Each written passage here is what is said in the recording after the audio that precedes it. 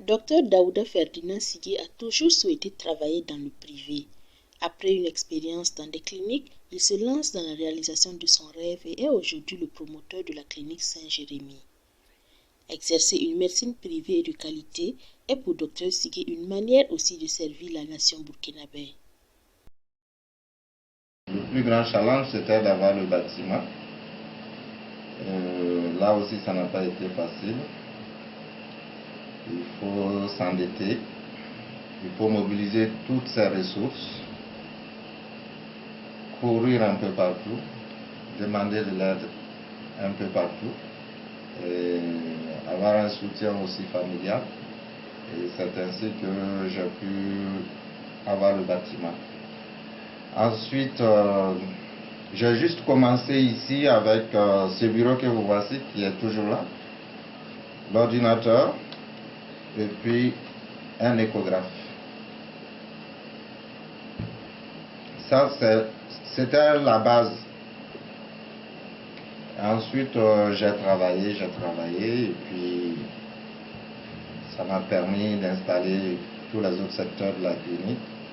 En l'occurrence la salle d'accouchement, le bloc opératoire, les laboratoires, les services de radiologie et tout dernièrement c'est les services de fécondation in vitro que nous avons installés. Il faut se dire que pour arriver à tout ça, il faut quand même que je dise merci à certaines personnes quand même qui m'ont vraiment aidé à m'installer. Et en l'occurrence le docteur Max Gay qui m'a aidé à installer mon labo et que je payais à tempérament jusqu'à épuiser la somme. Il y a M. Barthélemy Zoma qui lui aussi m'a apporté son concours, m'a aidé. Il a installé également des appareils et puis je payais à tempérament. Jusqu'à présent d'ailleurs je n'ai pas encore fini parce que avec le renouvellement du matériel chaque fois il vient m'épauler. Monsieur Ahmed Diaby, sur le plan de l'imagerie aussi, avec qui j'ai beaucoup travaillé, qui me permet de prendre des appareils et payer en tempérament.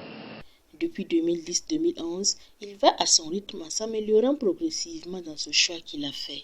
La force de Dr Sigui réside dans sa détermination et dans son refus de baisser les bras. C'est une question d'organisation, de gestion, de persévérance. Et puis il faut être ambitieux dans la vie. Quand il n'y a pas d'ambition, ce n'est pas la peine de rentrer en entrepreneuriat. Il y a tellement de difficultés. Si dès la première difficulté vous déposez les armes, vous êtes mort, quoi. Sans vous mentir, il faut déjà avoir les moyens. Ça, c'est les nerfs de la guerre. Indépendamment de l'ambition, voilà. On peut être ambitieux et puis être posé dans la tête, mais s'il n'y a pas les moyens qui accompagnent, c'est difficile. Voilà. Il faut tout simplement commencer avec des petits moyens pour grandir. Vous travaillez et puis ce que vous gagnez, vous réinvestissez en fait. Il faut réinvestir. Le réinvestissement là doit être permanent. Ça, c'est vraiment la clé du succès en entrepreneuriat. Si vous voulez commencer avec un gros truc, vous êtes déjà au sommet, vous n'avez que la dégringolade devant vous.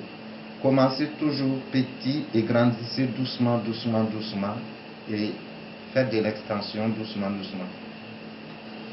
Sinon, les difficultés, on ne pourra même pas les dénombrer. D'abord, c'est émotionnel, c'est fatigant, c'est stressant, on n'en dort pas. Voilà. Vous avez le stress financier, le stress des patients, le stress environnemental.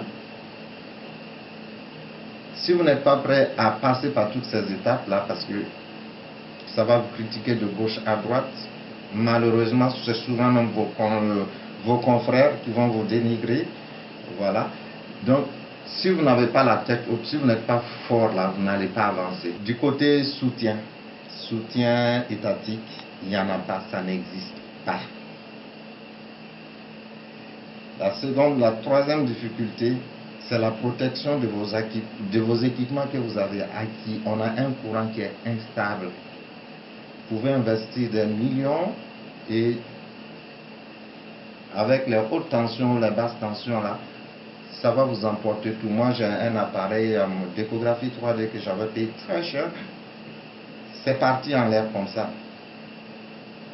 L'onduleur même a brûlé. Voilà. Donc c'est des éternels recommencements, ce qui vous met vraiment en retard. On a une fiscalité également qui n'est pas adaptée aux services de santé. Ça c'est une autre difficulté. C'est pas du tout adapté aux services de santé parce qu'on est assimilé au même titre que les commerces en fait. Alors qu'on a quand même un volet social. Voilà. Ensuite, côté prêt bancaire, c'est difficile. Les banques ne sont pas prêts à accompagner le médical. Donc, on a tellement de difficultés que vous ne pouvez même pas l'imaginer. Ensuite, une autre difficulté, c'est vraiment la concurrence déloyale que nous font encore certaines personnes qui sont dans le public et qui ont également des structures privées. Tout ça, il faut intégrer tout ça. Si vous n'intégrez pas tout ça là, c'est l'hypertension qui va vous tuer. Dr Daouda Ferdinand Sigui aime cette liberté d'exercice qui lui permet de faire valoir son dynamisme et sa loyauté. Des qualités bien reconnues de ses patients et de son personnel. Les prestations, à mon niveau, je pense qu'elles sont bien. Le service est accueillant. Au niveau du docteur Sigui, il est disponible. En dehors du service, si tu as besoin de certaines informations liées à ton traitement ou si tu as un souci quelconque, il t'assiste à tout moment. Donc, je peux dire qu'on est satisfait quand on vient à la clinique Saint-Jérémy.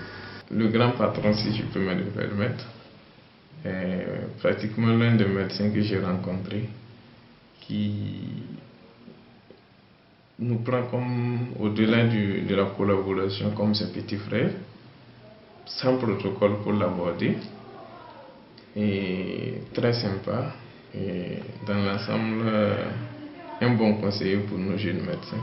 Si vous sollicitez le docteur Sigui, vous l'avez à la minute qui suit. Et je sais qu'à plusieurs reprises, surtout les week-ends, on a dû le réveiller à des heures tardives pour qu'il vienne nous donner un coup de main. Et il ne va jamais se plaindre. Il est toujours disponible et il répond toujours au temps opportun. Si je dois conseiller un jeune qui doit faire du privé aujourd'hui, c'est vraiment de s'engager à fond. Commencer avec un peu. N'ayez pas peur de s'installer dans des espaces qui sont encore vierges. Je veux parler des provinces. Celui qui va s'installer dans des provinces qui manquent de tout, avec une population vraiment, c'est vraiment un marché en fait. Voilà. Mais au Ouagadougou, vous pouvez vous installer si vous vous sentez vraiment très fort. Mais pour quelqu'un qui veut commencer aujourd'hui, parce que il y a une prétoire actuellement, donc commencer à Ouagadougou, c'est pas évident. Il faut s'installer dans des provinces et se développer petit à petit, tout simplement, ne pas avoir peur. Moi, c'est le conseil que je donne. Et ne pas jouer à un double jeu, fonction publique-privée. Non, il faut vous donner entièrement à ce que vous voulez faire. Dr Sigui interpelle les jeunes à militer dans les organisations de la société civile et dans les clubs-services qui offrent beaucoup d'opportunités d'apprentissage sur la vie professionnelle et sur le leadership.